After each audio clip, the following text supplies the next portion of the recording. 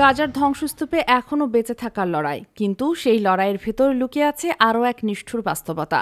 2 বছরের ইসরায়েলি আগ্রাসনের সৃষ্ট দুর্ভিক্ষ আর অনাহারের মাঝেই বেঁচে থাকার তাগিদে যৌন সম্পর্কে জড়াতে বাধ্য হয়েছেন অসংখ্য ফিলিস্তিনি নারী।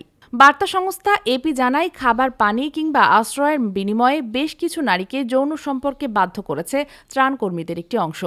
জাতিসংঘের মানবাধিকার সংস্থার সঙ্গেও যুক্ত ছিলেন অভিযুক্তদের কেউ কেউ।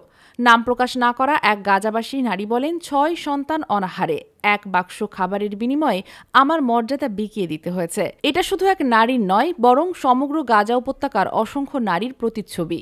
2024 সালের মার্চে জাতিসংঘ জানায়, 2023 সালেই তাদের কাছে যৌন নির্যাতনের 758টি অভিযোগ এসেছে, যার অনেকগুলোই মানবিক ত্রাণ কার্যক্রমের সঙ্গে যুক্ত কর্মকর্তাদের বিরুদ্ধে। খাবার বা সাহায্য পাবে না, সরকারি সংস্থা অথবা আন্তর্জাতিক সংস্থার মাধ্যমে বিতরণ করতে হবে, যাতে সবাই পায়। এটা কোনো সমাধান নয়। মানুষ খাবারের জন্য কারাকারি করছে, তাদের এর চেয়ে ভালো সমাধান খুঁজে বের করতে হবে যেন সবাই সাহায্য পায়। অন্যদিকে নতুন এক প্রতিবেদনে জাতিসংঘ মানবাধিকার পরিষদ জানিয়েছে, গাজায় ইসরায়েলি বাহিনী যৌন ও প্রজনন সহিংসতা পদ্ধতিগতভাবে ব্যবহার করেছে।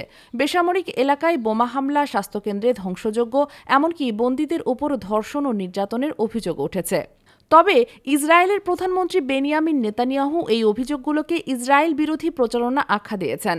বলেন, জাতিসংঘের প্রতিবেদন একতরফা এবং যাচাইবিহীন। যুদ্ধের শুরু থেকে গাজায় প্রাণ হারিয়েছেন 48,000-এরও বেশি ফিলিস্তিনি, যাদের বেশিরভাগই নারী ও শিশু।